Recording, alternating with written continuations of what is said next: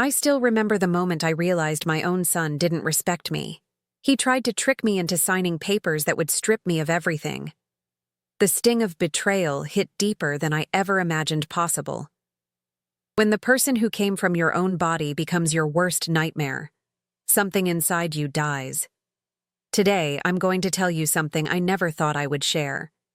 And if for even a second this feels familiar, I only ask that you like this video and subscribe. It will help me keep opening my heart. My name is Margaret, and at 78 years old, I thought I'd seen it all. I was wrong. So terribly wrong. For decades, I lived in a modest 2-bedroom apartment on the 3rd floor of a weathered brick building just off Ashland Avenue in Chicago. The radiator clanged throughout winter nights, and the smell of Mrs. Kowalski's pierogies from downstairs always reminded me that life was still happening around me, even when mine felt frozen in time. Every morning, I'd wake to the sound of the Blue Line train rumbling past, its whistle cutting through the pre-dawn darkness like a knife. I'd shuffle to my small kitchen, my arthritis making each step feel like walking on broken glass, and put the kettle on for tea. Earl Grey. Always Earl Grey. The ritual was comforting, predictable. Unlike everything else in my life that had slowly spiraled into chaos, my days had become an endless loop of medical appointments. Tuesday, cardiologist. Thursday, physical therapy. Friday, the pharmacy to pick up pills I couldn't pronounce. Each bottle cost more than I spent on groceries in a week, but what choice did I have? I'd sit in waiting rooms surrounded by fluorescent lights that made everyone look like corpses, listening to other elderly people compare ailments like trading cards. I cooked elaborate meals every Sunday, hoping someone would join me.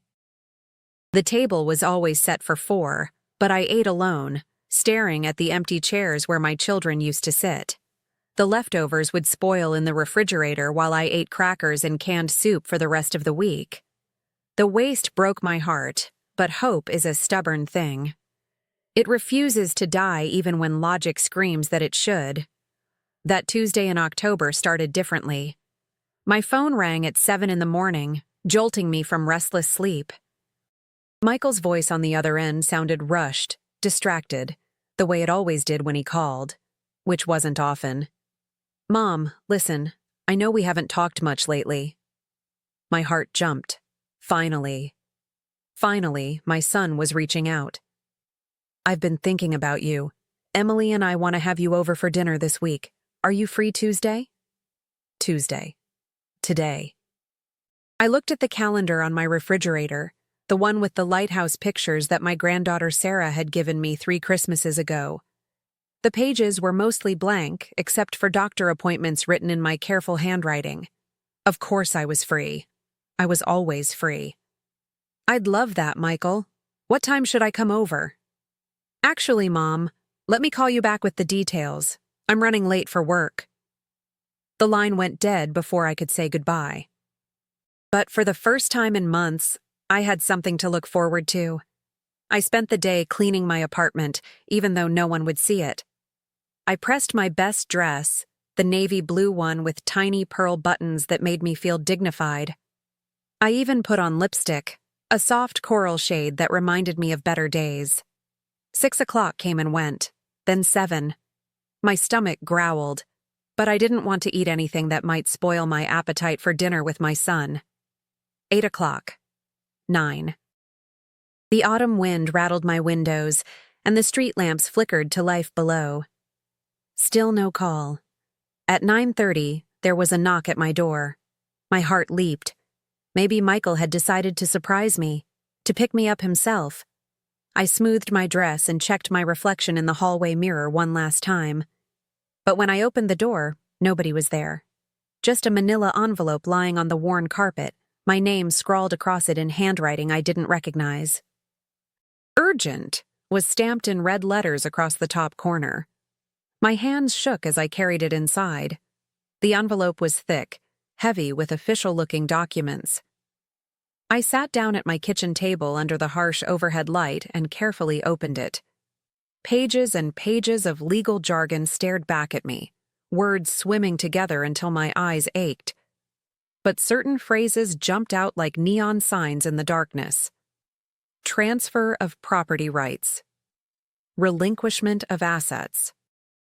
Signature required within 48 hours. My address was listed, my social security number, details about my bank accounts that only family members would know. At the bottom of each page, a yellow sticky note marked where I was supposed to sign. My name was already typed in, just waiting for my signature to make it official. I set the papers down with trembling hands and looked around my small apartment. The faded wallpaper with tiny roses that I'd put up when Michael was still in high school. The crocheted doilies my mother had made, yellowed with age but still beautiful. The photographs lining every surface, chronicling a lifetime of love and sacrifice and hope. 23 years old, holding newborn Michael at Northwestern Hospital, his tiny fist wrapped around my finger. His first day of school, gap-toothed grin and a backpack nearly as big as he was. High school graduation, both of us crying as he walked across the stage.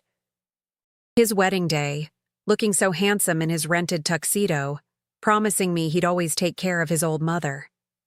Where was that boy now? Where was the man who used to call me his best girl?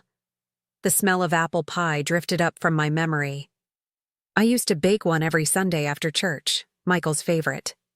He'd sit at this same table doing homework while I rolled out dough, the kitchen warm with the scent of cinnamon and love. "Mom," he'd say, looking up from his math problems, "you make the best pie in the whole world." Now that same boy was trying to steal everything I'd worked for, everything I'd saved and sacrificed to leave to him and his sister Anna when I was gone. He couldn't even wait for me to die. I should have seen it coming. The signs had been there for years, like cracks in a foundation that you ignore until the whole house comes tumbling down. It started small. "Mom, could you help me out with rent this month? Just until the promotion comes through. $200 here, $500 there." I'd write the checks gladly, remembering my own parents who'd helped me when Michael was little and money was tight. That's what families do. They help each other. But the promotion never came. Or it did, but there were other expenses. Student loans that somehow still weren't paid off 15 years after graduation. Emily's medical bills. The new car they needed. The down payment on the house in the suburbs with good schools for the grandchildren I barely knew. I worked extra shifts at Goldstein's Bakery on Division Street, my feet screaming in protest as I stood behind the counter for 12 hours straight. Mrs. Goldstein was kind, letting me take home the day-old bread and pastries that would otherwise be thrown away. I'd eat stale rugelach for dinner so I could send my son money for restaurants I'd never see. "You don't have to do this, Mom," Michael would say, but his hand was already reaching for the check. "I'll pay you back as soon as things settle down." Things never settled down. There was always another crisis, another emergency, another reason why my son needed money and I needed to provide it. Even when my own doctor bills piled up on my kitchen counter like a paper mountain of worry, I'd send whatever I could. Anna was different. My daughter called every few weeks, rushed conversations where she updated me on her own children's activities but never asked how I was doing. When I tried to tell her about my loneliness, my aching joints, the way the walls of my apartment seemed to be closing in, she'd sigh like I was being dramatic. "Mom, you're fine. You're stronger than you think. I have to go. Soccer practice starts in 10 minutes. Strong." Everyone said I was so strong, but what they really meant was convenient. Convenient that I never complained. Convenient that I always said yes. Convenient that I'd trained myself to need so little while giving everything away. I stopped buying myself new clothes. My winter coat was older than my grandchildren, held together with safety pins and stubborn pride. When the sole of my left shoe came loose, I bought duct tape instead of replacements. $37 for new shoes seemed selfish when Michael was struggling to make his mortgage payment. My friends from church stopped inviting me to lunch because I always declined. "Thank you, but I can't afford it right now," I'd say, smiling like poverty was just another character trait. like having brown eyes or being left-handed. Eventually, they stopped asking. I became invisible. I'd sit in the back pew during Sunday service, listening to sermons about love and family and blessing while my stomach growled, and my grandson's birthday present sat on layaway at Kmart because I couldn't afford the final payment. But I told myself it was temporary. Once Michael got back on his feet, once the kids were older and more settled, we'd have those family dinners I dreamed about. We'd laugh together, share stories, create new memories to replace the ones that were fading like old photographs left in sunlight. I should have known better. I should have seen the way Michael's eyes would glaze over when I spoke, how he'd check his phone mid-conversation like my words were background noise he was trying to tune out. When I'd call to tell him about my day, he'd respond with distracted uh-huhs and, "That's nice, Mom," until I realized he wasn't listening at all. The night I fell in my bathroom and lay on the cold tile floor for 3 hours because I couldn't get up, I called Michael first. The phone rang and rang before going to voicemail. I called Anna. Same thing. I finally called Mrs. Kowalski downstairs, who hobbled up 3 flights of stairs despite her own bad knees to help me to bed. When I told Michael about it the next day, he said, "Mom, you should have called 911. That's what it's for." Not, "Are you okay?" Not, "I'm sorry I wasn't there." Just a practical solution that required nothing from him. But even then, I made excuses. He was busy. He had his own family to worry about. I was being needy, expecting too much. I'd raised him to be independent, and independence meant not being bothered by a mother's petty problems. The final straw came 6 months before those papers showed up at my door. Michael called on a Saturday morning, his voice tight with barely controlled panic. "Mom, I need to ask you something, and I need you to really think about it before you answer." My stomach clenched. This tone meant money. Big money. Emily's pregnant again. Joy flooded my chest. Another grandchild. Another chance to be part of something beautiful. "Michael, that's wonderful news. When is she due?" "February. But that's not... Look, we need more space. The apartment isn't big enough for 3 kids. We found a house in Naperville. Great schools, safe neighborhood. But we need help with the down payment." The number he mentioned made me dizzy. More money than I made in a year at the bakery. More than I had in my savings account, even if I emptied it completely. "I don't have that kind of money, honey." "But you have this apartment. It's worth something, right? Maybe you could sell it and move somewhere smaller. You don't really need 2 bedrooms." The words hit me like a physical blow. This apartment wasn't just where I lived. It was home. The place where I'd brought Michael as a baby, where I'd nursed him through chicken pox and broken hearts, where I'd cried when his father left us and celebrated when he got accepted to college. The walls held 40 years of memories, laughter, tears, life. "Michael, I can't. This is my home." His voice turned cold. "Fine. I thought you'd want to help your grandchildren have a better life. But I get it. It's your money." He hung up before I could explain that it wasn't about money. It was about having one thing left in this world that was mine. One place where I belonged. For weeks after that conversation, he didn't call. When I left voicemails, he didn't return them. Anna told me he was hurt, that I'd disappointed him. "Maybe I should reconsider," she suggested. "Maybe I was being selfish." Selfish. After a lifetime of putting everyone else first, wanting to keep the roof over my head was selfish. I started having panic attacks, waking up in the middle of the night gasping for air, convinced I was dying alone in my selfish 2-bedroom apartment. I'd sit at my kitchen table at 3 in the morning, staring at the phone, willing it to ring with my son's voice telling me he understood, that he loved me, that home meant more than real estate value. Instead, there was silence. Angry, punishing silence that stretched across months like a desert I couldn't cross. That's when I knew something fundamental had shifted in my relationship with my children. I wasn't a mother anymore. I was a resource, a bank account with a heartbeat, useful when they needed something, invisible when they didn't. The realization should have freed me. Instead, it nearly destroyed me. I stopped eating regularly. Mrs. Goldstein noticed my clothes hanging loose, my face gaunt and pale. "Margaret, honey, you're wasting away." "What's wrong?" "But how do you explain that your children see you as a ATM machine? That love, apparently, has an expiration date? That after 78 years on this earth, you've learned that blood doesn't guarantee loyalty and sacrifice doesn't earn respect?" On my 78th birthday, I waited all day for the phone to ring. I bought myself a small cake from the grocery store and set it on the table with a single candle. At midnight, I blew it out alone, making a wish I was too embarrassed to say out loud, that someone, somewhere, remembered I was alive. 3 days later, Anna called about Michael's birthday party the following month.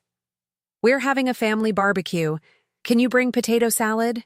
You know how everyone loves your potato salad." Not "Happy birthday, Mom." Not "Sorry we missed it."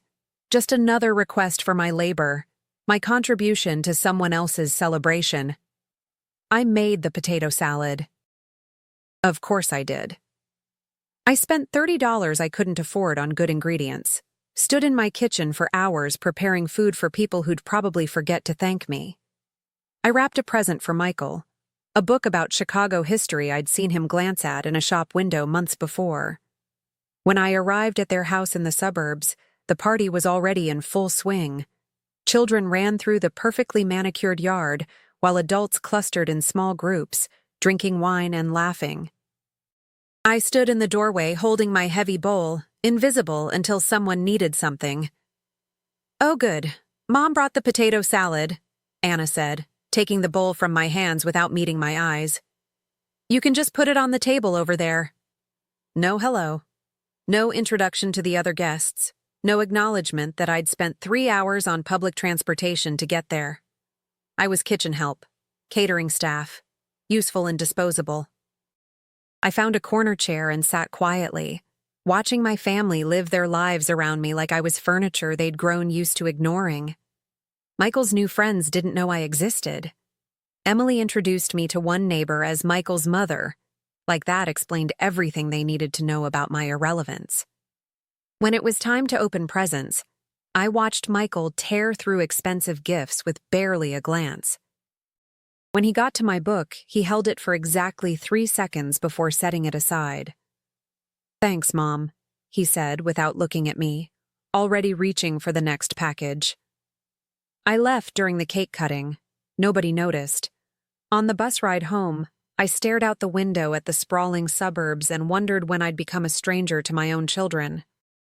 When had love turned into obligation? When had I become the person they tolerated instead of treasured? That night, I did something I hadn't done in years. I went through old photo albums, really looked at them instead of just dusting around them. Picture after picture of birthdays, holidays, school plays, soccer games. Me, cheering from the sidelines. Me, baking cakes and sewing costumes. Me, working 2 jobs to pay for music lessons and summer camps and college tuition. In every photo, I was smiling, proud, loving. But looking closer, I could see the exhaustion around my eyes, the way I'd already started making myself smaller to make room for everyone else's dreams. When had I disappeared? When had I become so focused on being useful that I forgot to be a person? The answer came to me like a punch to the stomach. I'd never learned the difference. From the moment Michael was born, I'd defined myself entirely through what I could give, not who I was.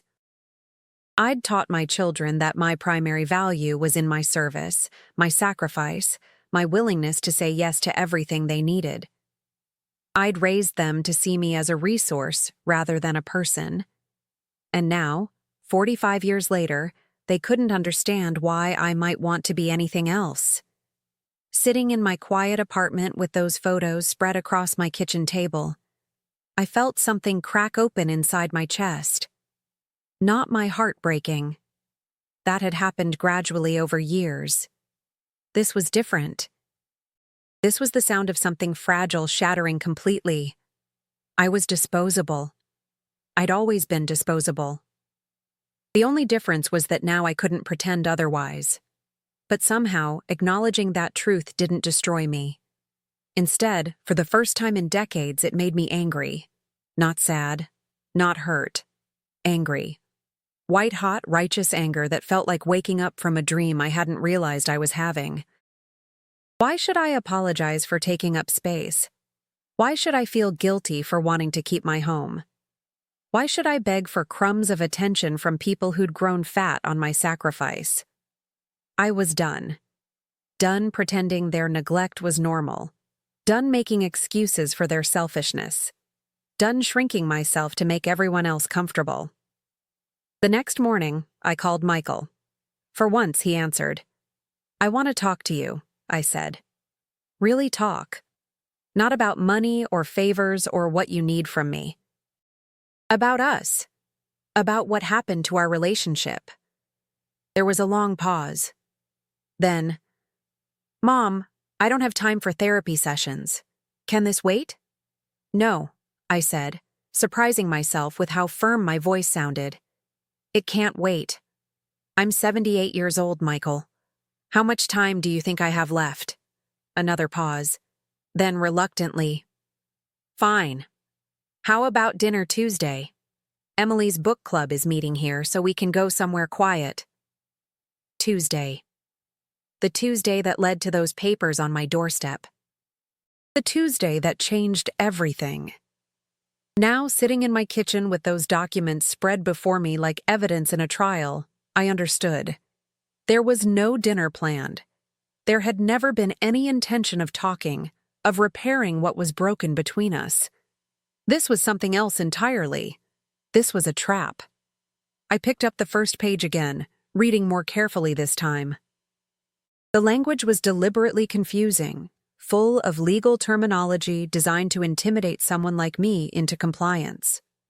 But underneath the jargon, the message was clear. Sign these papers and lose everything. My apartment would be transferred to Michael. My savings account would become his. My Social Security checks would be redirected to an account with his name on it. In exchange, I'd be guaranteed a room in a suitable facility where my needs would be adequately met. A nursing home. They wanted to lock me away in some sterile institution where I'd be someone else's problem, where I'd die slowly among strangers, my last years managed by overworked staff who'd see me as just another body to feed and medicate and ignore. All I had to do was sign my name 43 times. The cruelty of it took my breath away. Not just the theft, though that was devastating enough, the methodical planning it must have taken. The conversations Michael and Emily must have had about my future without ever consulting me. The casual way they'd decided I was too old, too stupid, too trusting to notice what they were doing. How long had they been planning this? Months? Years? Had every conversation about money been leading to this moment? Had my son been evaluating my mental capacity every time we spoke, deciding whether I was vulnerable enough to manipulate? I thought about the phone call earlier that day. The fake warmth in his voice. The promise of dinner, of connection, of finally being seen and heard by my own child. Instead, he'd sent papers to steal my life and probably assumed I'd sign them without question, because I'd never said no to him before. The betrayal was complete. Not just financial, but emotional. He'd weaponized my love for him, used my trust as a tool for theft. Every instinct I had as a mother was screaming that this had to be a mistake.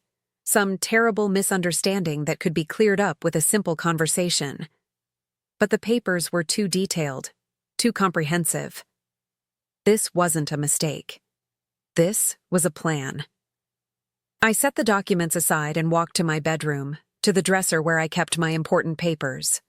Birth certificate, Social Security card, the deed to my apartment that I'd worked 2 decades to pay off completely, insurance policies, bank statements showing the modest savings I'd accumulated through 40 years of careful living and constant sacrifice. It wasn't much by most people's standards, but it was mine. Every dollar represented hours of my life, choices I'd made, dreams I'd deferred. The apartment was small and old and needed repairs I couldn't afford, but it was the first and only place I'd ever owned. The place where I'd been independent, where I'd made a home for my children, where I'd learned to live alone without falling apart. They wanted to take it all, not inherit it when I died, but steal it while I was still alive to see what they'd done. I walked to the kitchen window and looked out at the street below. Ashland Avenue at 11 at night. Empty sidewalks under flickering streetlights, the occasional car passing like a comet in the darkness. For years, this view had seemed like the edge of the world, the boundary of a life that had grown smaller and smaller until it barely existed. But tonight, something shifted. The anger that had been building for months crystallized into something harder, stronger. I wasn't a victim. I was a 78-year-old woman with a functioning brain and legal rights and 40 years of experience surviving impossible situations. Michael had made one crucial mistake. He'd assumed that a lifetime of conditioning me to be passive meant I couldn't fight back. He'd gambled that I'd sign those papers the same way I'd written all those checks. Reluctantly, but inevitably, because saying no to him was unthinkable. He was wrong. For the first time in years, I slept soundly that night. Not because my problems were solved, but because I finally knew what I was dealing with. Not a son who'd lost his way, but a man who'd decided his mother was worth more dead than alive. Not a family crisis that could be fixed with patience and understanding, but a crime that required action. When I woke up Wednesday morning, my first thought wasn't about breakfast or medications, or the long list of tasks that usually filled my day. It was about survival, and for the first time in decades, I felt capable of fighting for my own life. I made coffee instead of tea. Black coffee, strong enough to wake the dead. Then I sat down at my kitchen table with those papers and read every single word, taking notes in the margins with a pen I'd had since Michael's high school graduation. If my son wanted a war, he'd have one. But he'd picked the wrong opponent. I might be old, but I wasn't dead yet. And I'd be damned if I was going to make it easy for him to bury me. The first call I made was to Chicago Legal Aid. The second was to Gloria Martinez, my neighbor from down the hall who'd always been kind to me, but who I'd kept at arm's length because I was embarrassed about my family situation. The third was to the locksmith. If Michael thought he could steal my life with forged signatures and legal intimidation, he was about to learn exactly what his mother was capable of when she stopped trying to earn love she was never going to receive. But I'm getting ahead of myself. Let me tell you about the years that led up to that moment, because understanding how I became his victim is the only way to understand how I became his enemy. My Michael wasn't born cruel. He was a sweet baby, a curious toddler, a loving child who used to fall asleep in my lap while I read him stories. When his father left us, just disappeared one day when Michael was 7, leaving nothing but a note saying he couldn't handle the responsibility, Michael clung to me like I was the only solid thing in a world that had suddenly become unsafe. "Are you going to leave too, Mommy?" he asked that first night, his small body shaking with sobs I couldn't stop. "Never," I promised him. "I will never leave you. No matter what happens, we're family. Family doesn't abandon each other." I kept that promise, even when keeping it nearly killed me. I worked days at Goldstein's bakery and cleaned offices at night. I took in sewing from neighbors, hemming dresses and repairing torn jackets until my fingers bled from needle sticks. I sold my mother's jewelry, piece by piece, to pay for school supplies and groceries. I wore the same 3 dresses until they were more patches than original fabric, and I pretended it was a choice, not a necessity. Michael never went without. Other kids might have generic cereal and hand-me-down clothes, but my son had name-brand everything because I wanted him to feel normal, accepted, worthy. When he joined the school basketball team, I bought him the best shoes I could afford. $200 I borrowed from Mrs. Kowalski and paid back $5 at a time over the next year. "You don't have to do that, Mom," he'd say when I'd sacrifice something for his benefit. But his actions said otherwise.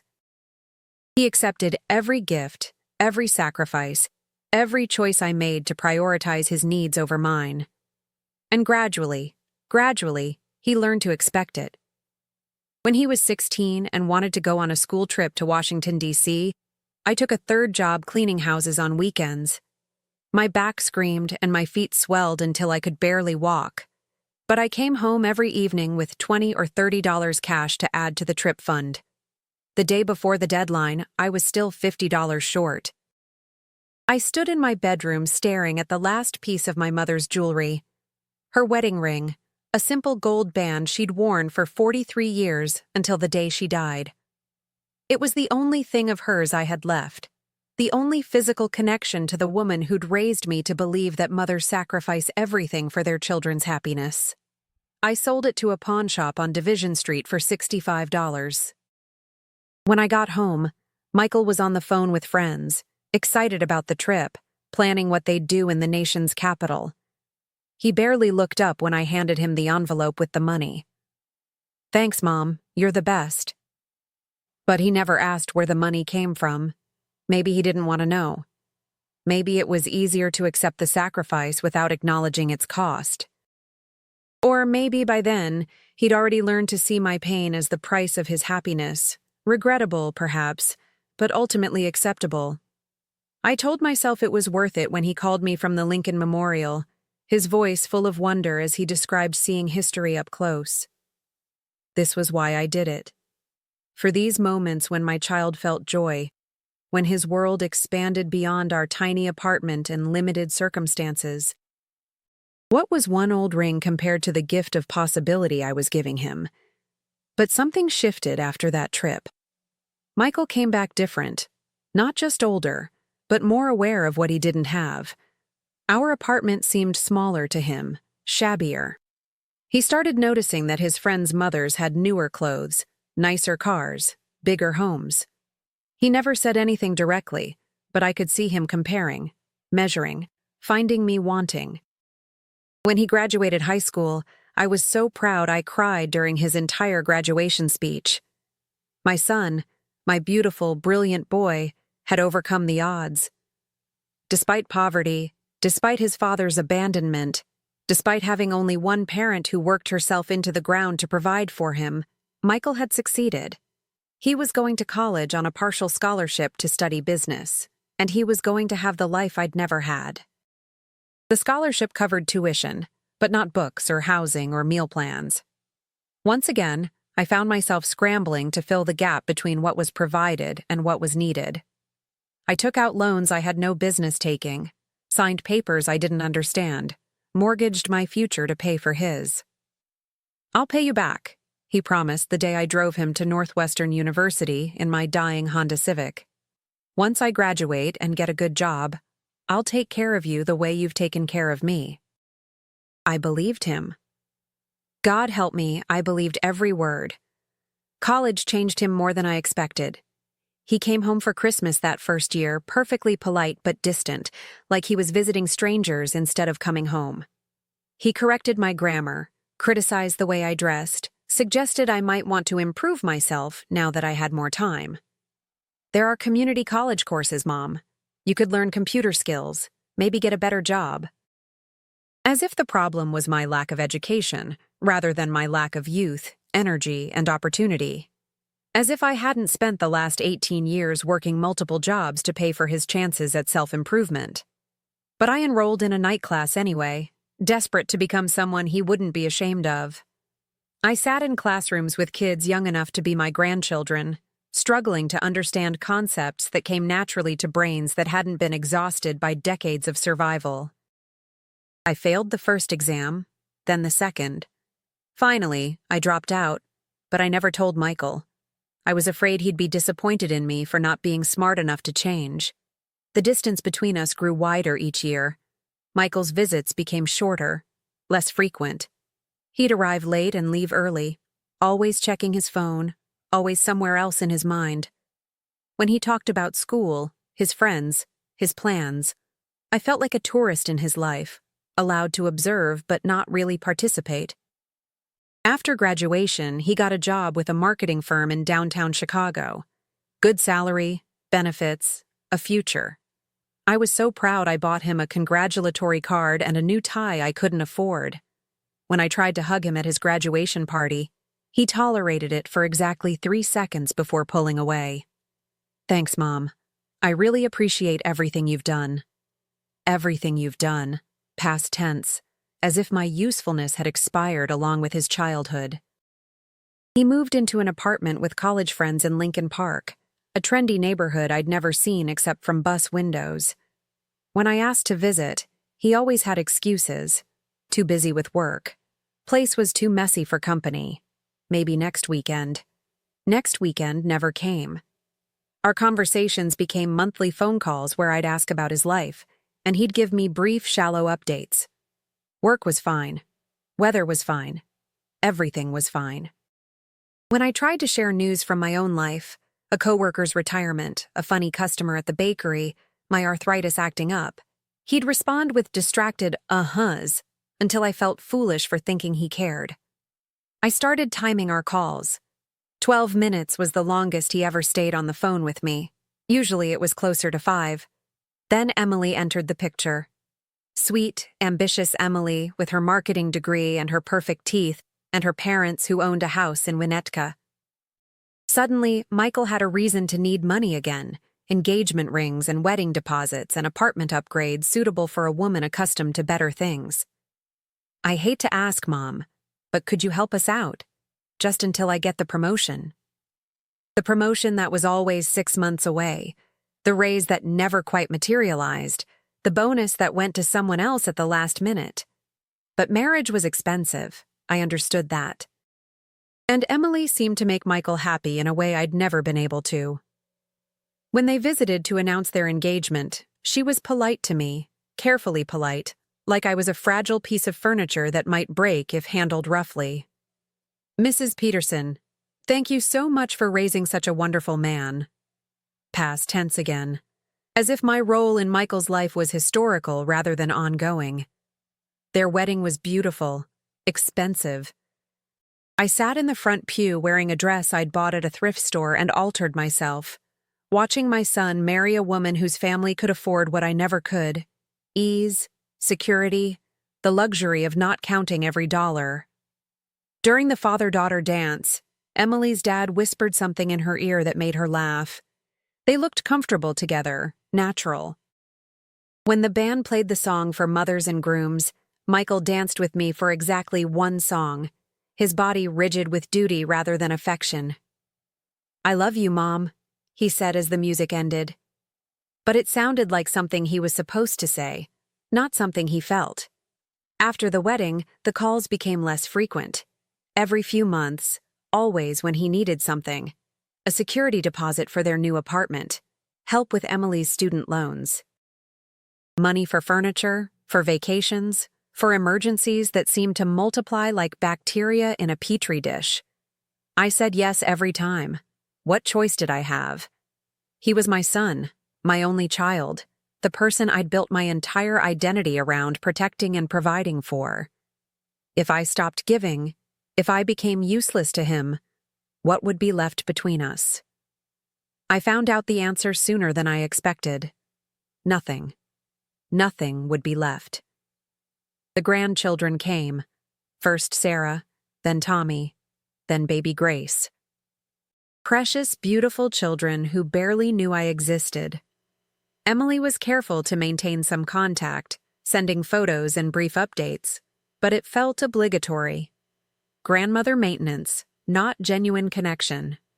When I'd visit, which wasn't often, because their house in the suburbs required 2 bus transfers and 3 hours of travel time, the children were polite, but distant.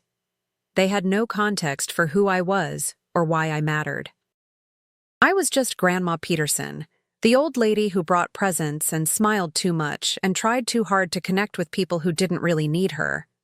Tell Grandma about your soccer game, Emily would prompt, and Sarah would obediently recite a few sentences about goals and penalties, while I nodded and smiled and pretended this counted as a relationship.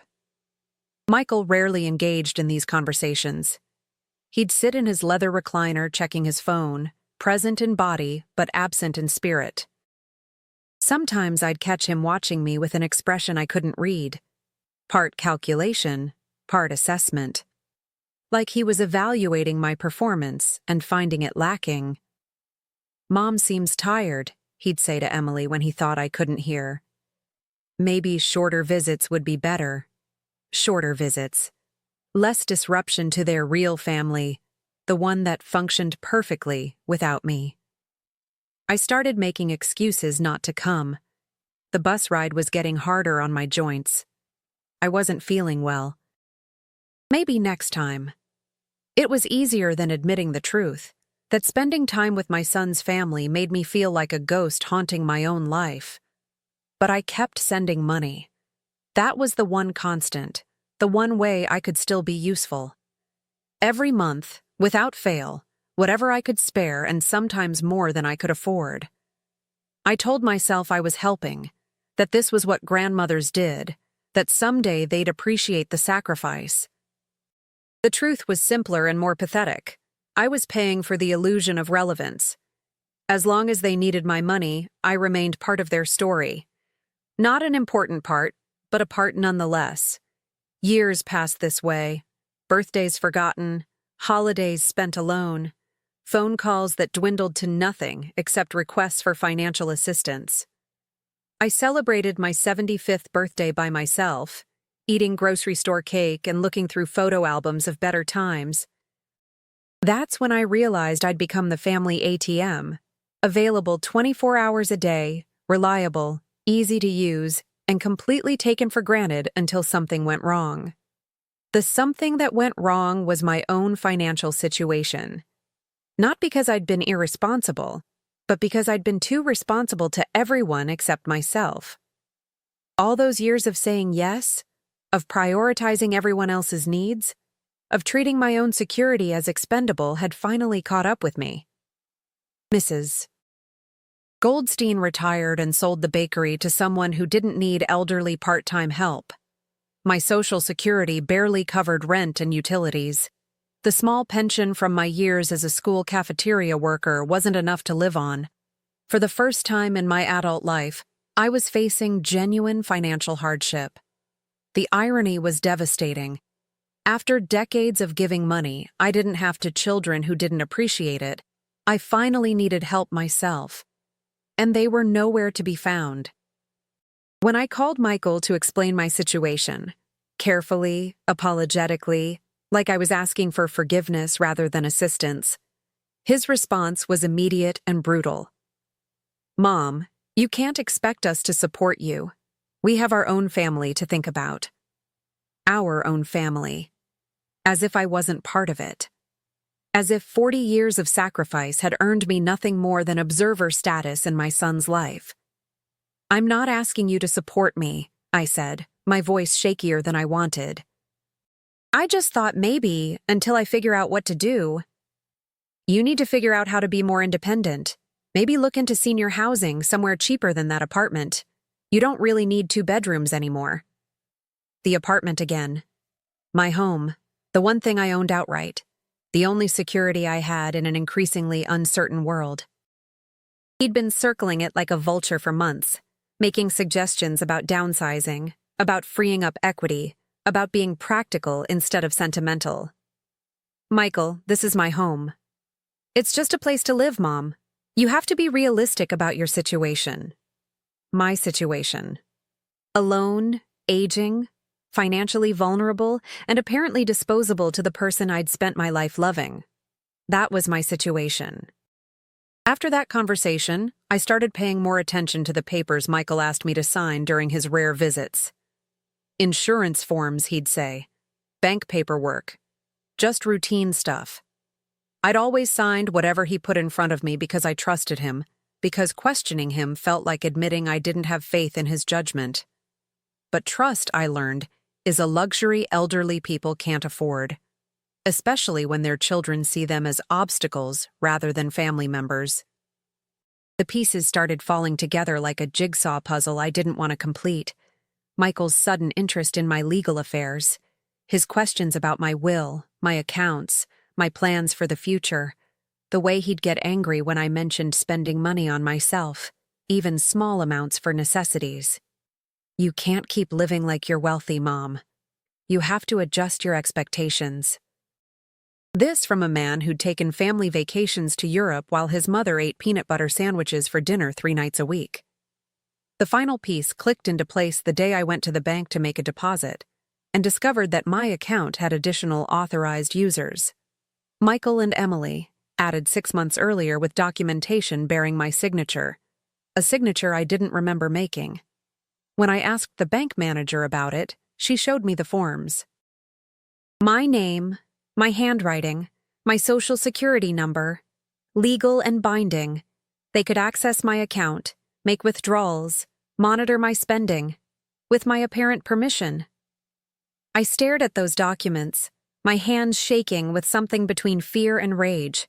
Either I was losing my memory, which was possible, I supposed, at my age, or my son had forged my signature to gain access to my money. Given everything else that had been happening, I knew which explanation was more likely. That's when I understood that the papers on my kitchen table weren't the beginning of my son's betrayal. They were the climax.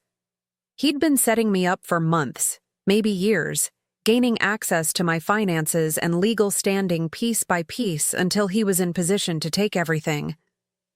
The dinner invitation that never came wasn't cruel coincidence. It was tactical distraction.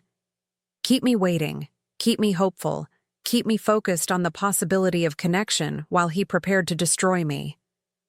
I set the bank documents next to the property transfer papers and marveled at the thoroughness of his planning. Every detail anticipated, every loose end tied up. If I signed these papers, I'd be signing away not just my apartment and my savings, but my autonomy, my right to make decisions about my own life. In exchange, I'd get a bed in a nursing home and the promise that my needs would be adequately met. Not loved, not cherished, not even respected. Just maintained until I had the courtesy to die and stop being expensive. But here was the thing Michael hadn't calculated. I might be old, but I wasn't stupid. I might be alone, but I wasn't helpless. And I might be heartbroken, but I wasn't dead. Not yet. I spent that night making lists. What I knew, what I suspected, what I could prove, who I could trust, who I could call, what resources I had available. It wasn't much, but it was enough to start fighting back. The next morning, I called Chicago Legal Aid and explained my situation to a young woman named Carmen, who listened without judgment and promised to help.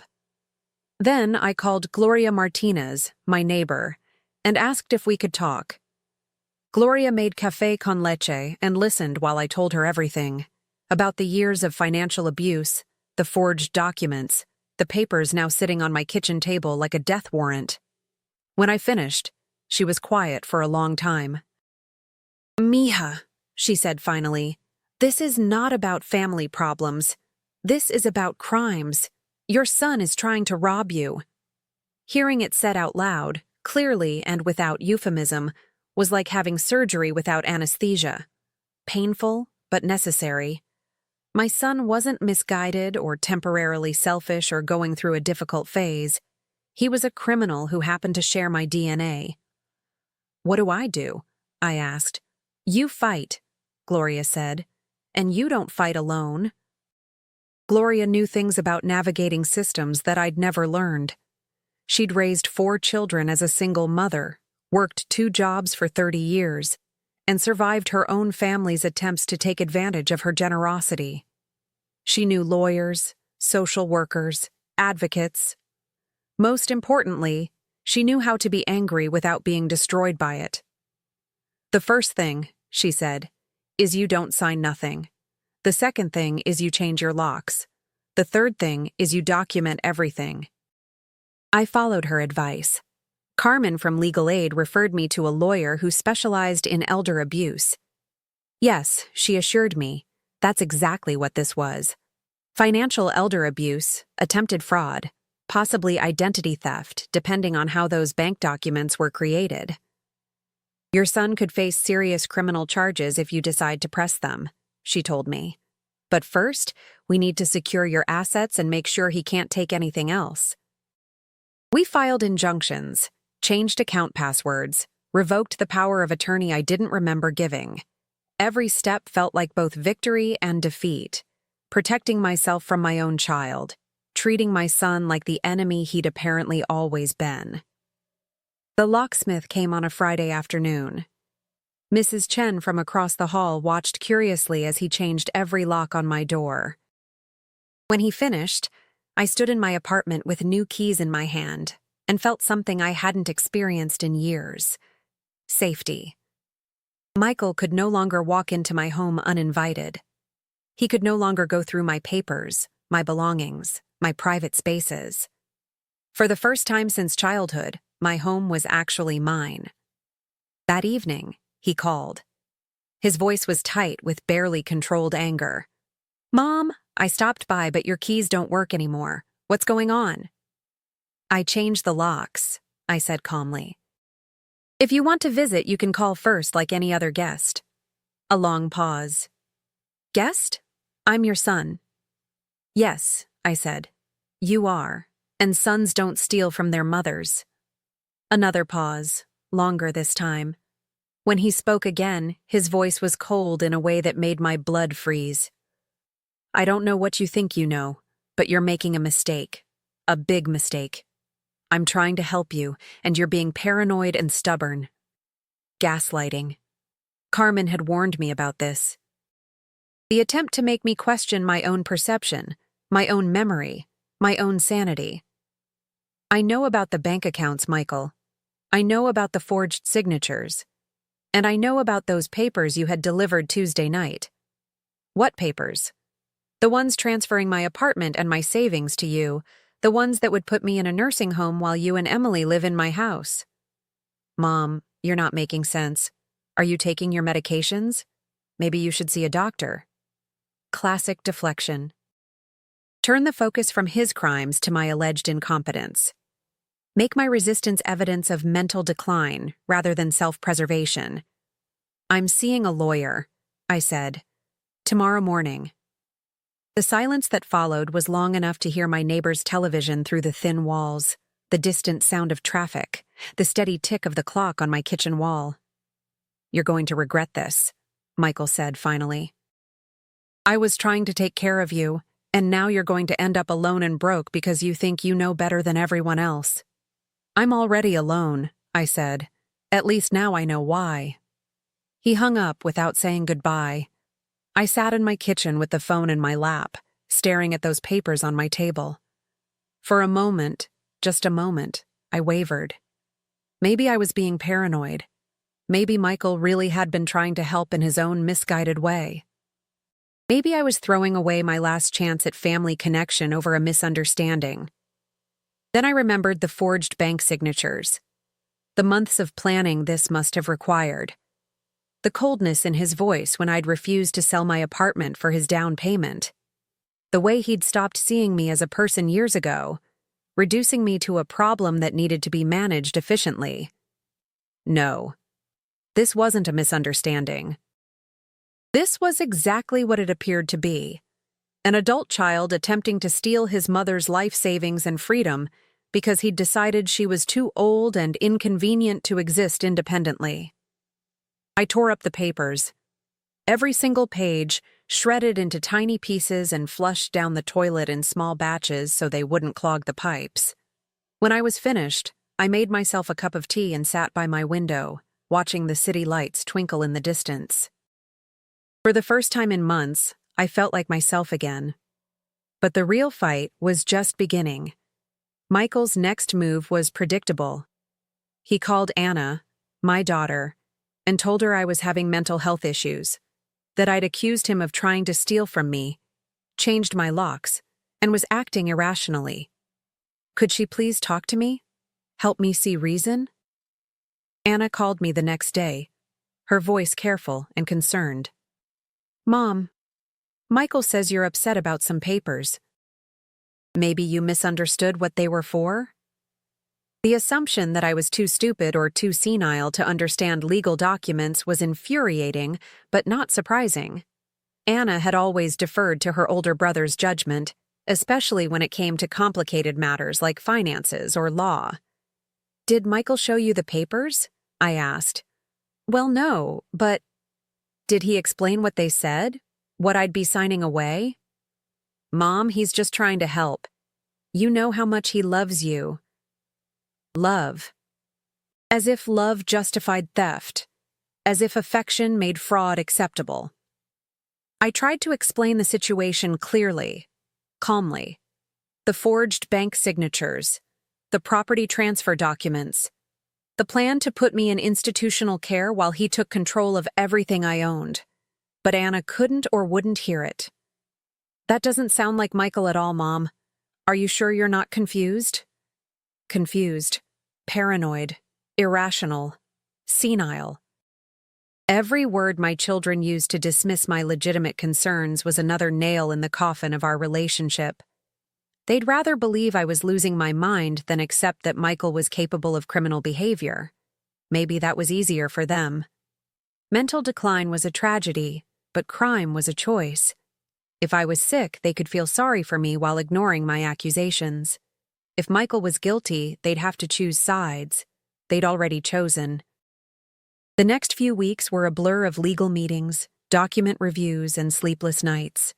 Carmen helped me understand my rights, my options, and the likely consequences of whatever action I decided to take. The lawyer, Mrs. Rodriguez, was blunt about the situation. "You have enough evidence to press criminal charges," she told me. "Bank fraud, attempted theft, identity theft. Your son could go to prison." Prison.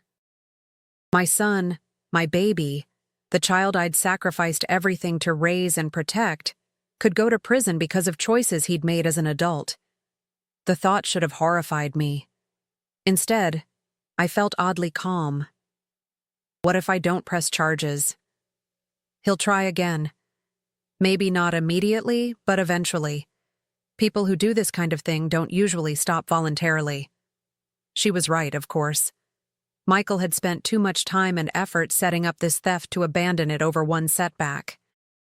He'd wait for me to let my guard down, find new ways to access what he wanted, keep pushing until I was too tired or confused to resist. The alternative was cutting him out of my life completely. No more phone calls, no more visits, no more pretending we had a relationship worth preserving. He'd become my enemy. I needed to treat him like one. That decision should have been agonizing. After all, what's the point of surviving if you end up completely alone? What's freedom worth if you have nobody to share it with? But walking away from Michael didn't feel like losing family. It felt like escaping prison. For years, I'd been trapped in a relationship that demanded everything from me and gave nothing back. I'd been so afraid of loneliness that I'd accepted abuse, so terrified of abandonment that I'd enabled it. Cutting ties with my son wasn't losing love. It was stopping the pretense that love had ever existed in the first place. The day I made that decision was the day I started living again, instead of just surviving. I called Michael one last time. When he answered, I could hear Emily in the background, their children playing, the sounds of a normal family evening. "Don't contact me again," I said without preamble. "Don't call, don't visit, don't send intermediaries. We're done." "Mom, you're being ridiculous. This is exactly what I mean about your mental state." "My mental state is clear enough to understand that you tried to steal my home and my savings. Clear enough to know that you've been planning this for months, maybe years. Clear enough to realize that you see me as an obstacle to be removed, rather than a mother to be loved. That's not... I'm changing my will, Michael. Everything I have is going to charity. You won't get a penny when I die, because you've already shown me what you'd do with it." The silence on the other end of the line was profound. Not shock, I realized. Calculation. He was already trying to figure out how to change my mind, manipulate me back into compliance. "You don't mean that," he said finally. "I mean every word. Goodbye, Michael."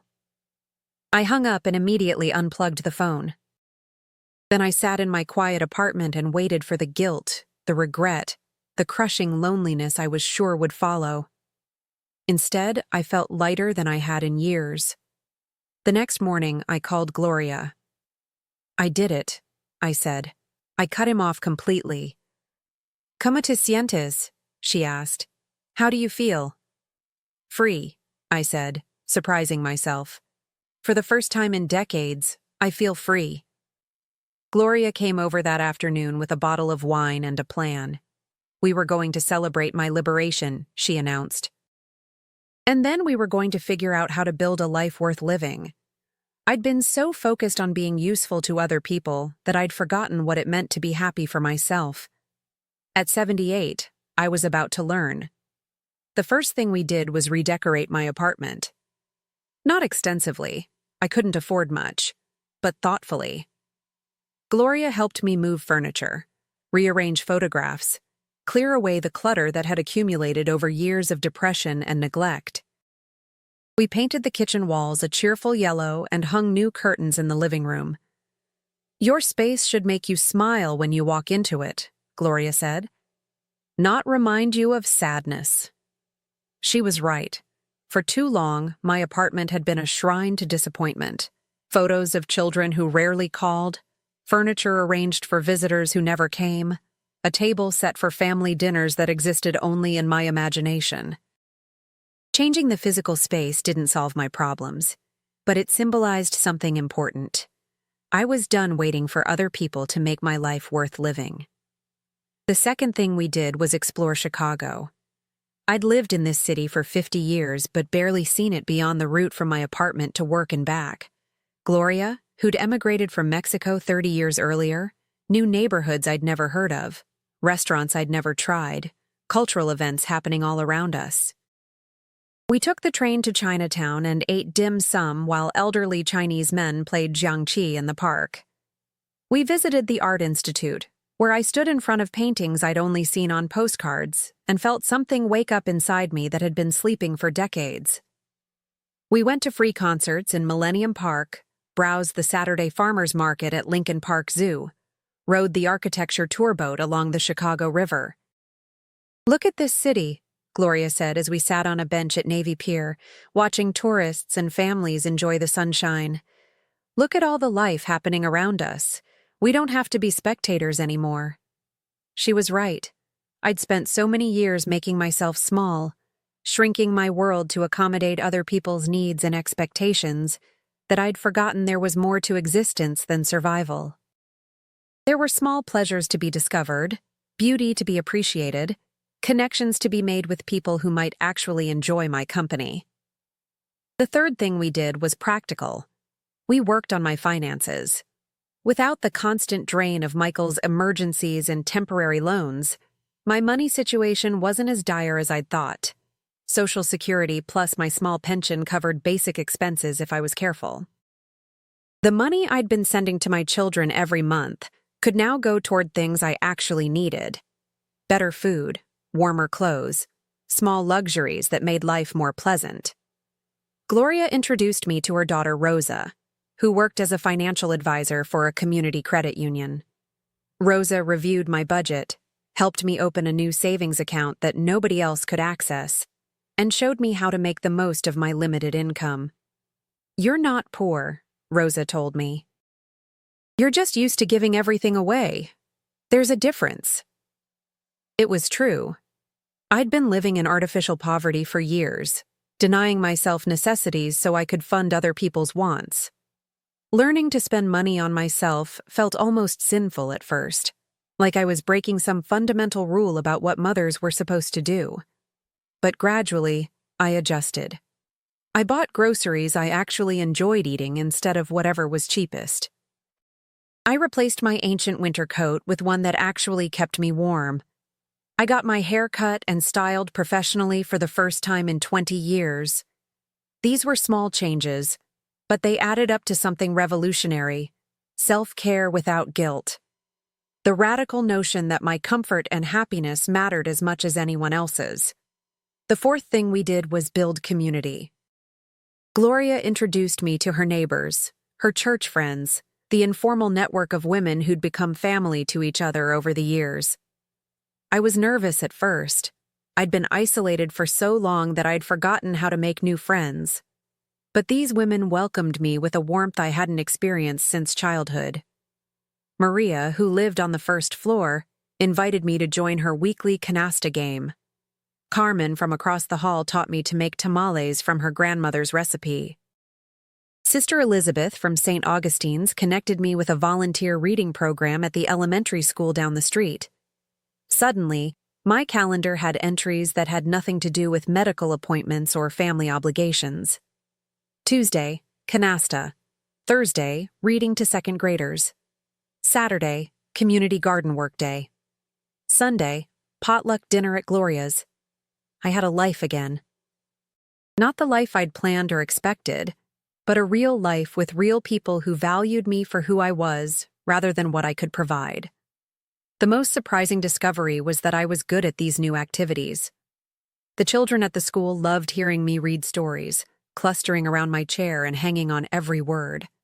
My tomatoes in the community garden grew bigger and tastier than anyone else's. I had a talent for canasta that emerged after decades of dormancy. "You should have told us you were a card shark," Maria laughed after I won 3 games in a row. "We would have insisted on smaller stakes." I laughed too, realizing it had been months since I'd felt genuinely amused by anything.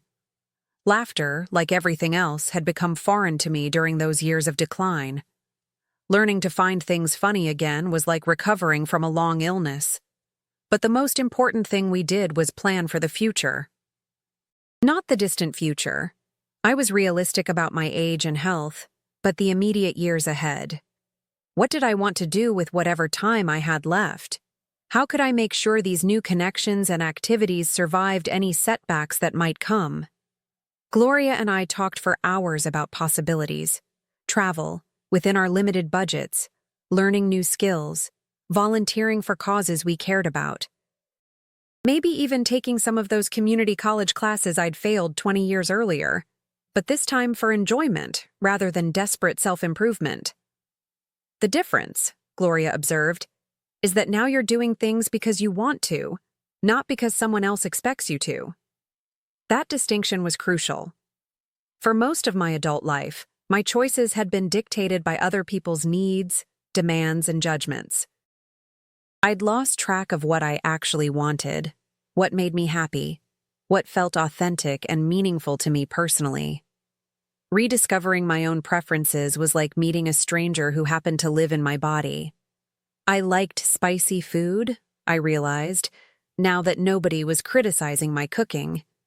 I enjoyed mysteries more than romance novels. I preferred afternoon sunlight to morning brightness.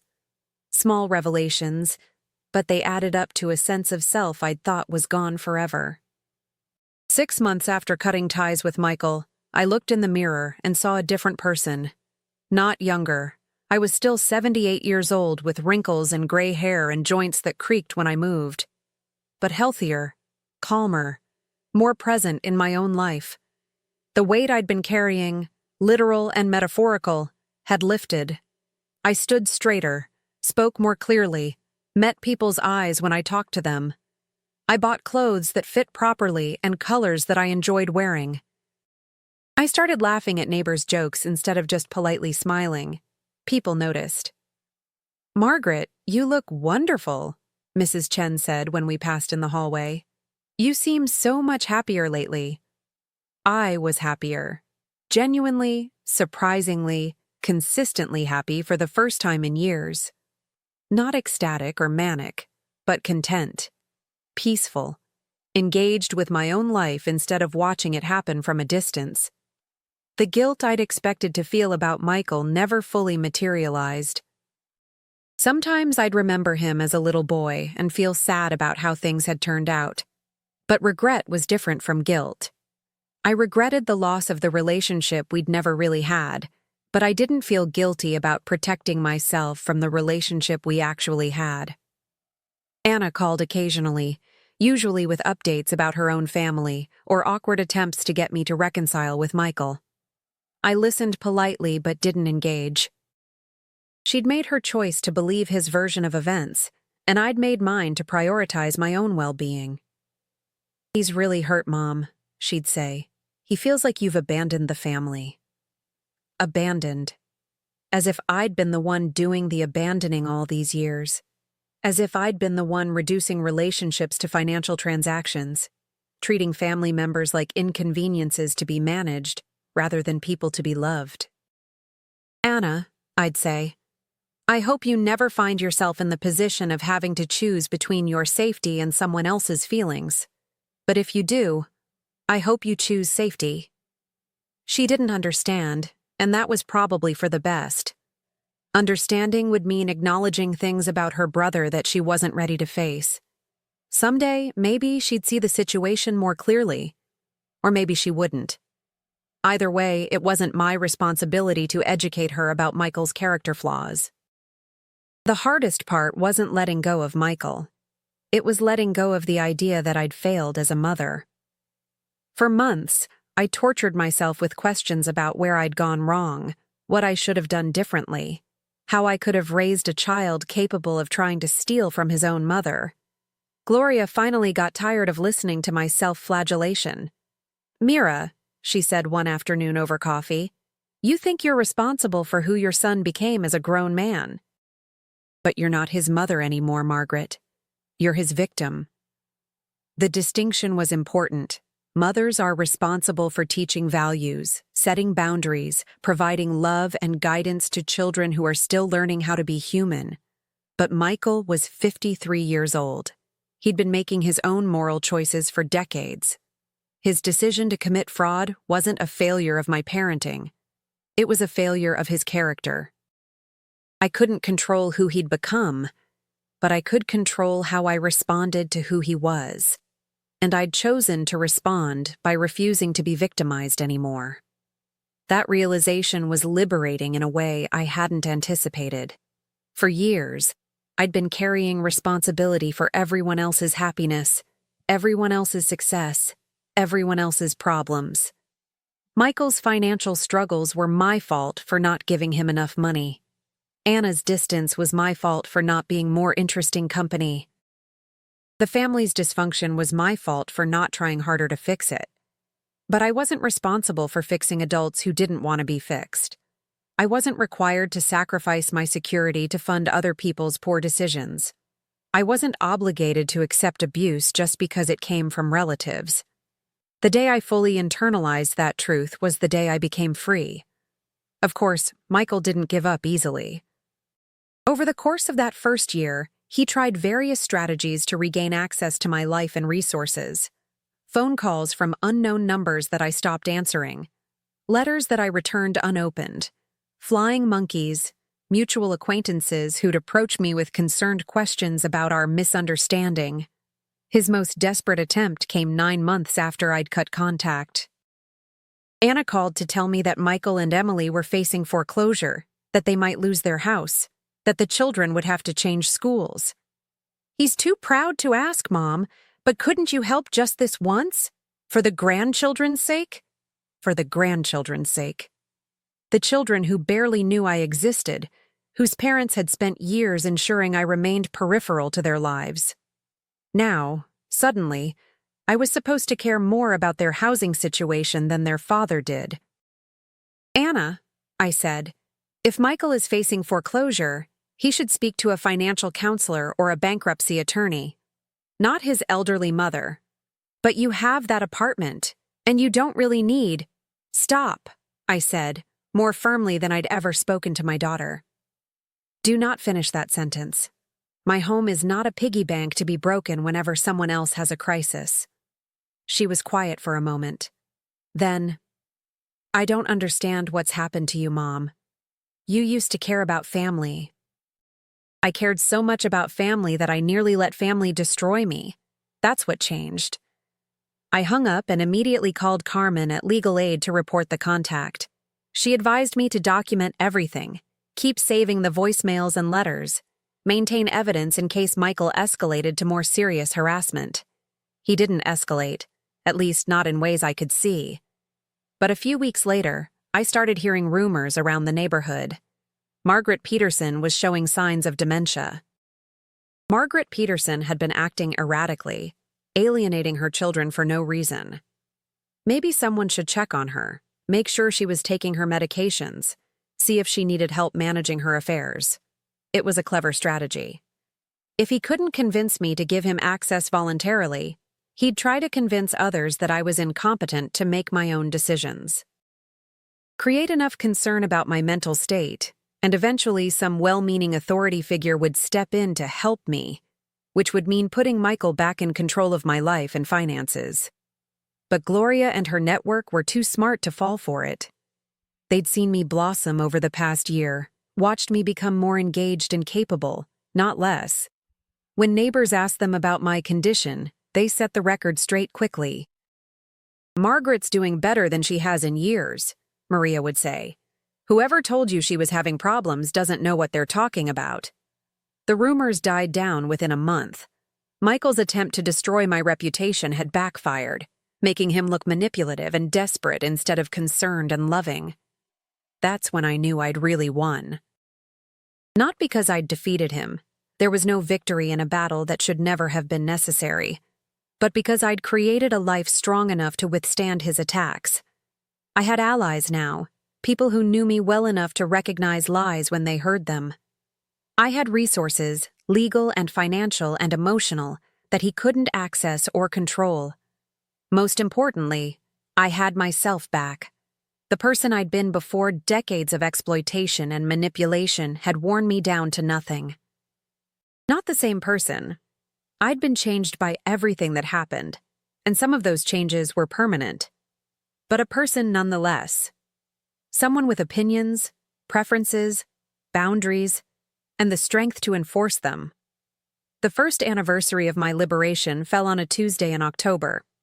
I marked it quietly, sitting in my kitchen with a cup of tea and those original property transfer papers. Or rather, the copies Carmen had made before I destroyed the originals.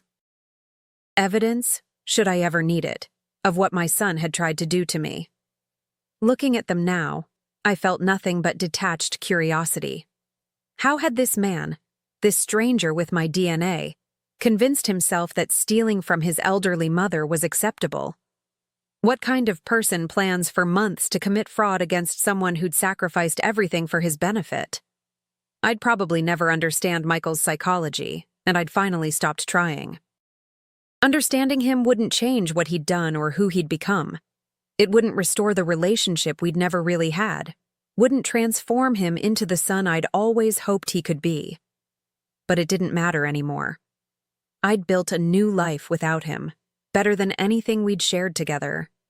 I had friends who valued my company, activities that brought me joy, a sense of purpose I'd never experienced during my years of servitude to people who took my devotion for granted. On the day I turned 79, Gloria threw me a surprise party. 15 women crowded into my small apartment with homemade food and modest gifts, and enough laughter to rattle the windows. Rose from the credit union brought champagne. Sister Elizabeth led us in a toast to new beginnings. Mrs. Chen, who was 84 and proud of it, gave a speech about the wisdom that comes with age and the freedom to speak truth without fear. "When you're young," she said, raising her glass, "you worry about what everyone thinks. When you're middle-aged, you worry about doing the right thing. When you're old, you finally understand that taking care of yourself isn't selfish. It's necessary."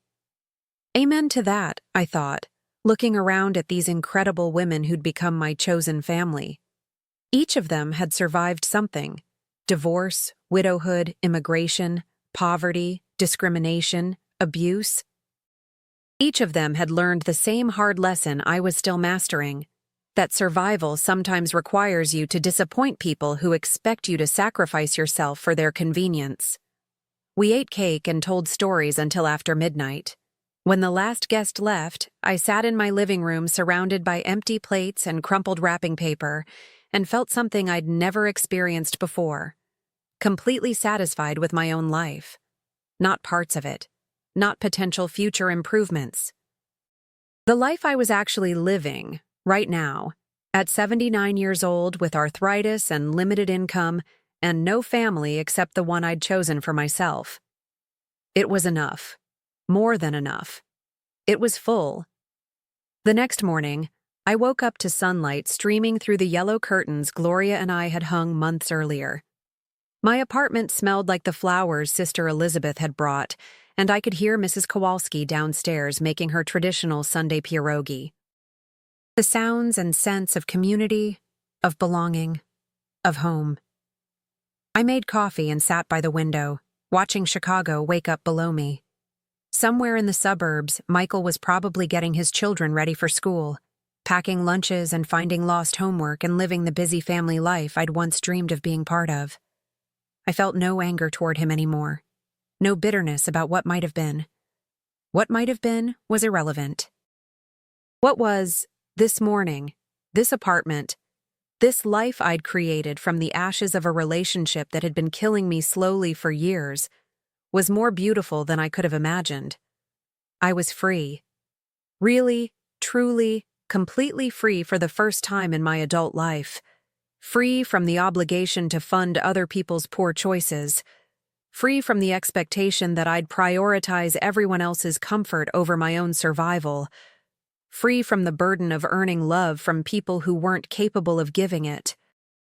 The freedom was intoxicating and terrifying and absolutely necessary. At 79, I was finally ready to start living for myself. But the real test of my transformation was still to come. 2 years after I'd cut contact with Michael, Anna called with news that stopped my heart. "Mom, I need to tell you something about Michael and Emily. They're getting divorced." Divorced. After 22 years of marriage, 2 years after trying to steal my home to fund their perfect suburban life, my son's marriage was falling apart. Emily found out about some financial problems he'd been hiding from her, Anna continued. Bad investments, gambling, I think. She took the kids and moved in with her parents. I listened to the details with growing horror and a terrible recognition. The pattern I'd lived with for decades, Michael's emergencies, his constant need for money, his anger when resources weren't available, hadn't been circumstantial. It had been compulsive. My son had a gambling problem. Maybe had always had one. Those years of constant financial crisis, the money that disappeared as fast as I could provide it, the desperation that had driven him to forge documents and plan elaborate theft, it all made sense now. "Emily wants to make sure you know she's sorry," Anna said. "She said she never understood the situation with those papers until she started going through their finances after the separation. She found copies of everything." I closed my eyes and felt the weight of vindication settle over me like a blanket. Emily had seen the evidence. Not just the property transfer documents, but all of it. The forged bank signatures, the unauthorized access to my accounts, the systematic planning that had gone into trying to steal everything I owned. "She wants to apologize in person if you're willing," Anna continued. "And she wants you to have a relationship with the grandchildren. She says they should know their grandmother." Their grandmother. After years of being kept at arm's length, suddenly I was worthy of family connection. Not because anything had changed about me, but because Emily now understood I'd been telling the truth all along. It should have felt like victory. Instead, it felt like exhaustion. "Anna," I said carefully, "I appreciate Emily's apology, but I'm not interested in rebuilding relationships based on other people's convenience. But Mom, the kids have been fine without me for years. Their lives won't be damaged by continuing that pattern." It sounded harsh, but it was honest.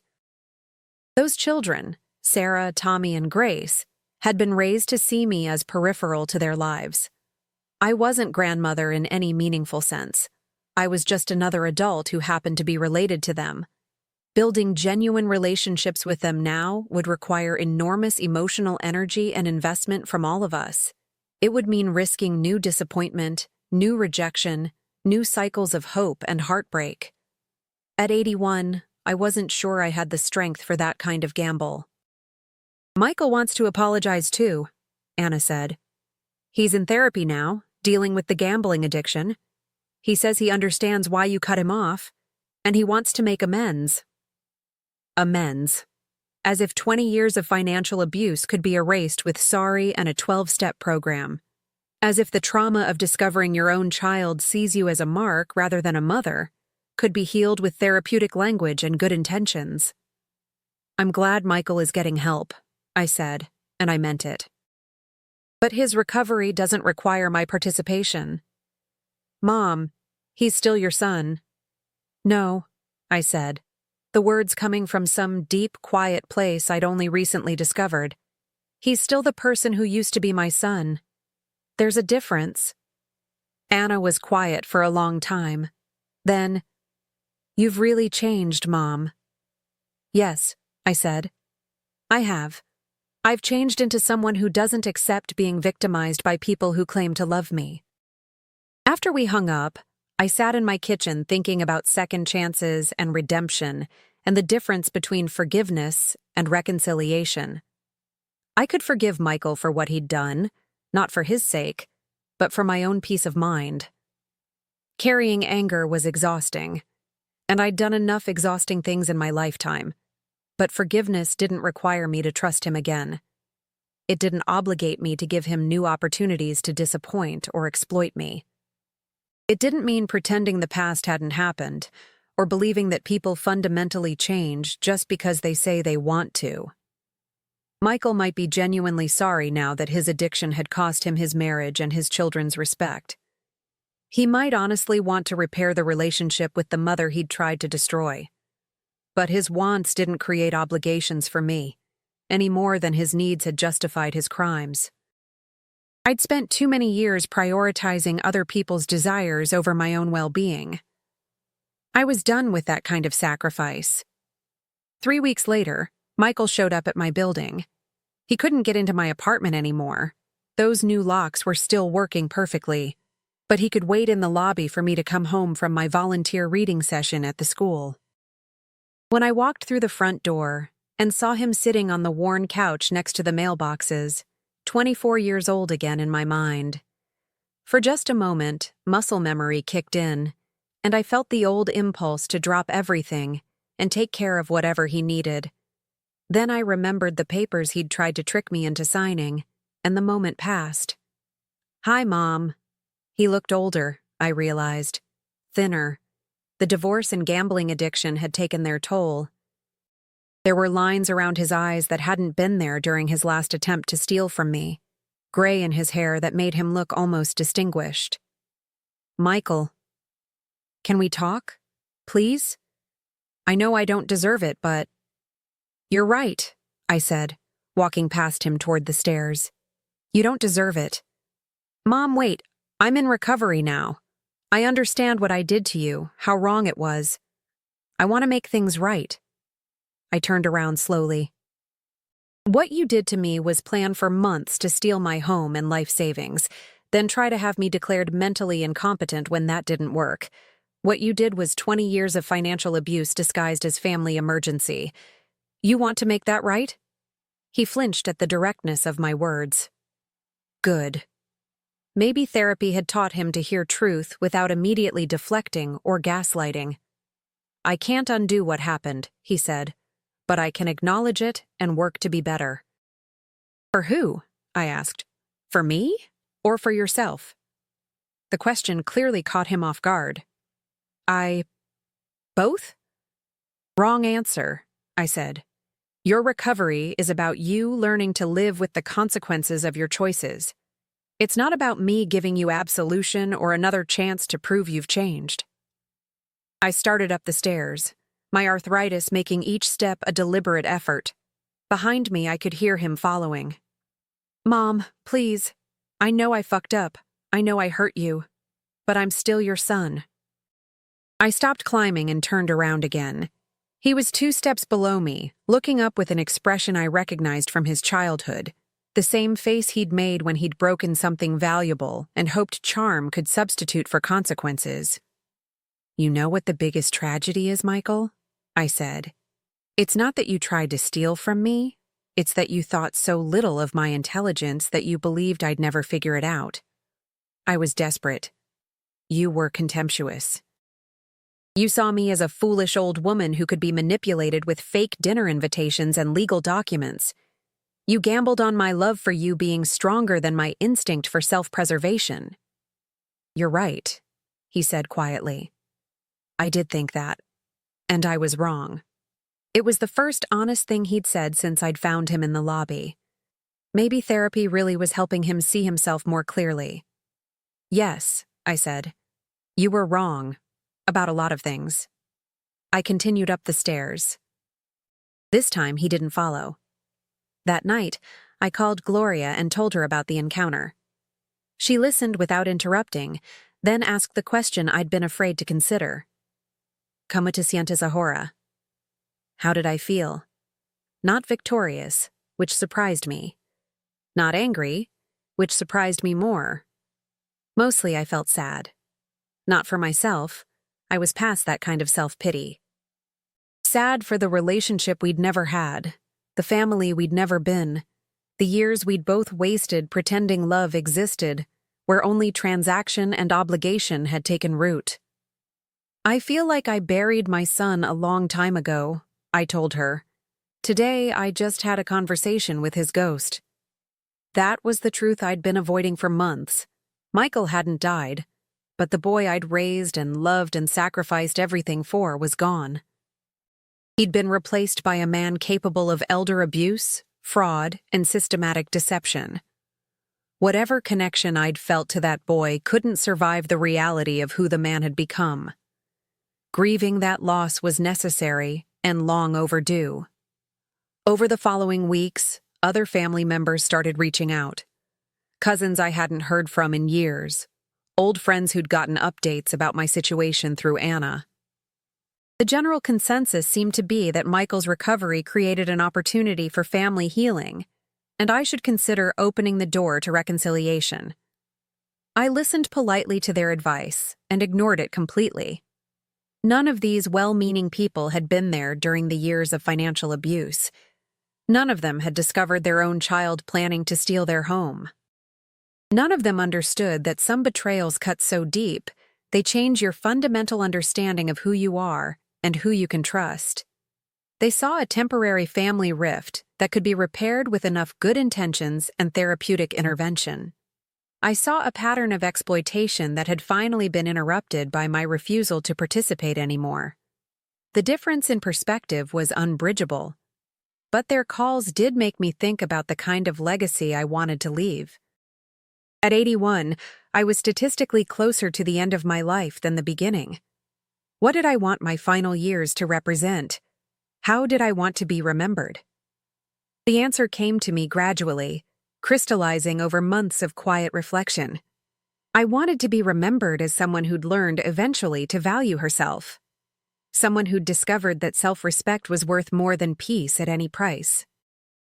Someone who'd modeled for other elderly women that it was never too late to stop accepting unacceptable treatment, even from family members. I started telling my story more openly, not for sympathy or validation, but to help other women recognize the warning signs I'd ignored for too long. At the senior center, I talked about financial abuse and elder exploitation. At church, I shared my experience with well-meaning women who were bankrupting themselves to fund their adult children's lifestyle choices. You think you're helping, I'd tell them, but you're enabling. And the people you're enabling will eventually resent you for making it possible for them to avoid growing up. Some listened. Others got defensive, insisting their situations were different. Their children genuinely needed help. Their families weren't like mine. I understood the denial. I'd lived in it for decades, but seeds were planted. Women started asking me questions privately, sharing their own stories of being taken advantage of by people they loved. A support group formed organically, 6 of us meeting monthly to discuss boundaries, self-care, and the revolutionary idea that our comfort mattered as much as anyone else's. We called ourselves the Wednesday Women because that's when we met. We were all over 65, all dealing with various forms of family exploitation, all learning to prioritize our own well-being after decades of putting everyone else first. Martha was being pressured by her daughter to sell her house and move into a granny flat behind their suburban home. Linda's son had been borrowing money for business ventures that never materialized, and she'd just discovered he owed her over $40,000. Joyce had been providing free childcare for her grandchildren for 8 years, while her daughter and son-in-law took expensive vacations. "I love my grandkids," Joyce would say, "but I'm 81 years old. When do I get to rest?" The answer, we learned together, was whenever we decided to stop being convenient. Elena, the woman who changed my life most profoundly, joined the group in its second year. She was 73, a retired nurse whose 3 adult children had been systematically stealing from her for over a decade. Credit cards opened in her name, loan documents signed with forged signatures, entire savings accounts emptied without her knowledge or permission. "I kept thinking it was my fault," she told us during her first meeting.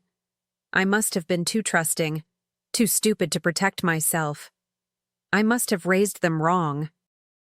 Elena's situation was worse than mine. More money taken, more family members involved, more years of systematic abuse. But her response was also more decisive. She'd pressed criminal charges against all 3 children. 2 were in prison. The 3rd had fled the state rather than face prosecution. "People think I'm heartless," she said. "How could a mother send her own children to prison? But they weren't acting like my children. They were acting like criminals who happened to share my DNA." Elena's clarity was breathtaking and terrifying. She'd crossed a line I wasn't sure I was capable of crossing, treating family members like the criminals they'd become, prioritizing justice over relationship preservation. But watching her over the months that followed, I saw something I envied: peace. Elena had stopped torturing herself with guilt and regret. She'd accepted that her children's choices were their own, that her love hadn't been enough to make them decent people, that protecting herself from further victimization was not just acceptable but necessary. She'd also built an incredible life in the aftermath of her family's destruction. Elena traveled, something she'd never been able to afford while funding her children's scams. She'd returned to school at 73, earning a certificate in art therapy. She volunteered with other elder abuse survivors, helping them navigate the legal system and rebuild their lives. "You can't save people who don't want to be saved," she told me one Wednesday afternoon as we walked through Lincoln Park after our group meeting. "But you can save yourself, and that's not selfish. It's necessary." Elena's example helped me understand something important about my own situation. I'd been focused on the question of whether to forgive Michael, whether to allow him back into my life, whether recovery and therapy had changed him enough to justify taking another chance.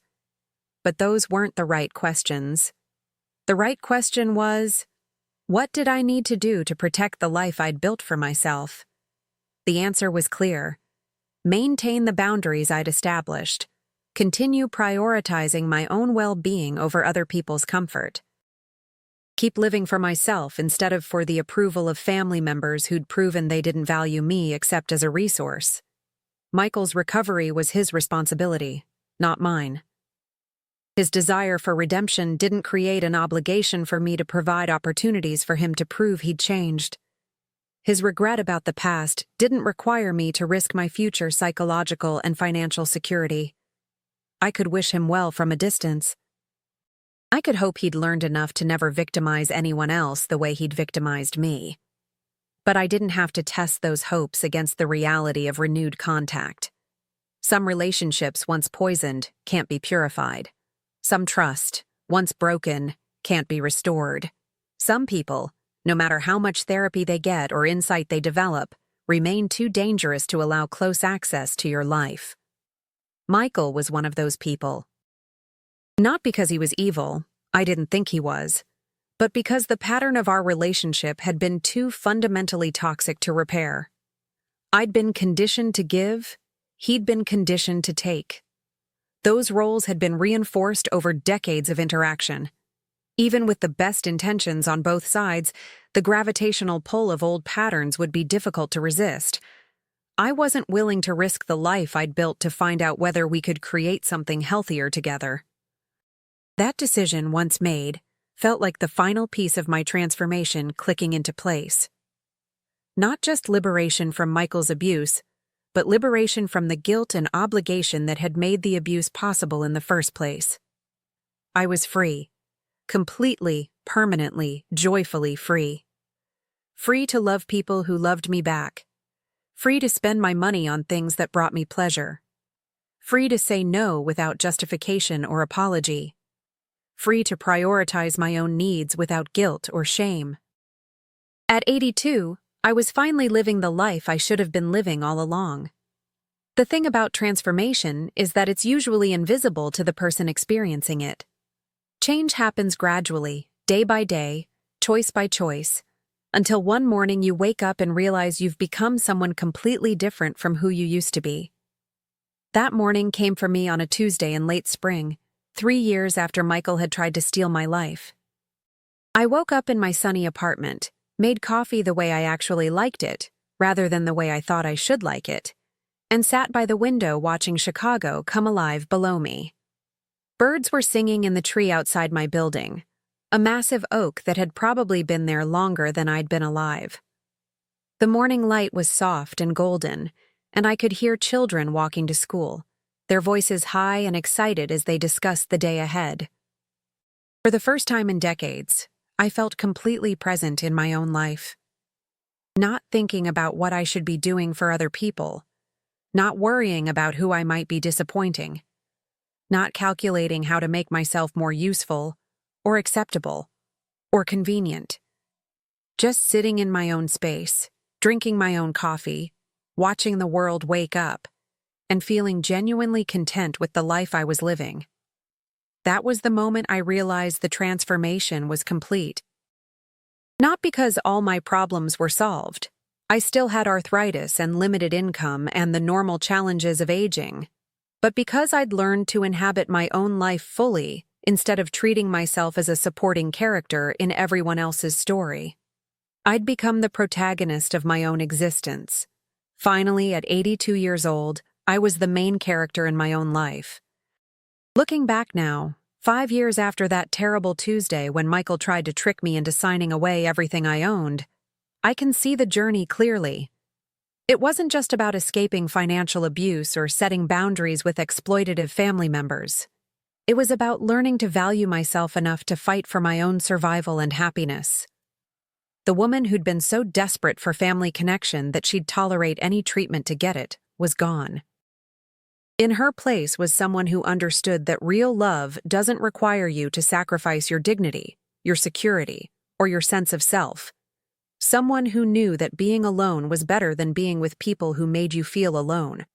The hardest lesson, and the most liberating, was this: you can love someone completely and still refuse to be destroyed by them. You can honor the relationship you wanted to have while protecting yourself from the relationship you actually have. You can grieve what was lost while celebrating what was gained.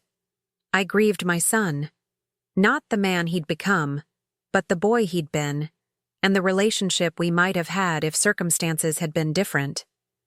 I grieved the family I'd imagined, the grandmother I'd hoped to be, the legacy I'd wanted to leave. But I celebrated the woman I'd become in spite of everything that had tried to diminish her. I celebrated the life I'd built from nothing, the friendships I'd formed in my 80s, the peace I'd found in my own company. Most of all, I celebrated the fundamental truth I'd finally learned. I was enough. Just as I was, with all my flaws and limitations and ordinary human imperfections, I was enough. I deserved kindness, respect, and love. And if I couldn't get those things from my biological family, I could create them with my chosen family. The Wednesday women still meet every week. We're 8 strong now, ranging in age from 67 to 86. We've become more than a support group. We're sisters, chosen family, proof that it's never too late to surround yourself with people who see your worth. We celebrate birthdays together, share holidays, take care of each other when someone is sick. We've created the kind of family many of us never had, one based on mutual respect and genuine affection rather than obligation and exploitation. Last month, Elena turned 78 and decided to throw herself a party. Not a small gathering, but a real celebration with catered food and live music and invitations to everyone who'd been part of her journey toward self-discovery. She rented the community center, hired a mariachi band, and wore a red dress that made her look like a queen. "I'm celebrating becoming the person I was always meant to be," she announced during her toast. "It only took me 78 years to figure it out, but better late than never." We all raised our glasses to that truth. Better late than never. Better to learn to love yourself at 80 than never learn at all. Better to find your worth in the last act of your life than spend the whole drama believing you had none. As I write this, I'm 84 years old. My hair is completely white now. My hands shake when I'm tired, and stairs are becoming more challenging every year. I'm realistic about my mortality. I probably have more years behind me than ahead of me. But I'm not afraid anymore. Not of death, not of being alone, not of being forgotten. I've lived a full life, especially these last 5 years when I finally learned how to live for myself instead of in spite of myself. My apartment is small but beautiful, filled with books I wanted to read and art I chose because it makes me smile. My calendar is full of activities I enjoy with people who enjoy me back. My savings account, what's left of it, is mine to spend on things that bring me pleasure. I have no regrets about cutting ties with Michael. None. Sometimes people ask me if I wonder how he's doing, if I miss him, if I think about reconciliation. The answer is no. I don't wonder about his recovery or his marriage or his relationship with his children. I don't miss him, because the person I thought I was missing never really existed. And I don't think about reconciliation because there's nothing to reconcile. I simply refuse to be in relationship with someone who sees me as a resource rather than a person. That might sound cold to people who believe family bonds are sacred and unbreakable. But those people have never had their own child try to steal their home. They've never discovered that someone they'd die for would rather see them homeless than accept they don't have access to money they never earned. They've never had to choose between their safety and their family's comfort. I hope they never face that choice. But if they do, I hope they choose themselves. That's the message I want to leave for anyone listening to this story. Choose yourself. Not selfishly, not cruelly, but firmly and without apology. Your life has value that exists independently of what you can provide for other people. Your dignity matters more than keeping peace with people who don't deserve your peace. If someone in your family is exploiting you, financially, emotionally, psychologically, you have the right to protect yourself, even if that protection disappoints them. You have the right to say no, to set boundaries, to refuse requests that would harm you. You don't owe anyone your suffering. Not your children, not your spouse, not your parents or grandparents or anyone else. Love should not require you to sacrifice your well-being, your security, or your sense of self. I learned these lessons later than I should have, but I learned them. And learning them transformed my life in ways I never could have imagined when I was sitting at my kitchen table that terrible Tuesday night, staring at papers that would have stolen everything I'd worked for. That woman, desperate for approval, willing to accept any treatment to maintain family connection, convinced her worth was measured by what she could give, is gone. She died slowly over the course of 5 years and was replaced by someone stronger, wiser, more complete. Someone who knows the difference between love and exploitation, between family and chosen family, between sacrifice and self-destruction. Someone who understands that the question isn't whether you're too old to change your life. The question is whether you're brave enough to choose the life you actually want instead of the life other people expect you to accept. I chose. Finally, at 78 years old, I chose myself. It was the best decision I ever made. Now let me ask you something, because I suspect some of you recognize yourself in my story. Have you ever found yourself giving everything to family members who take your sacrifice for granted? Have you ever discovered that your own children see you more as a resource than as a person?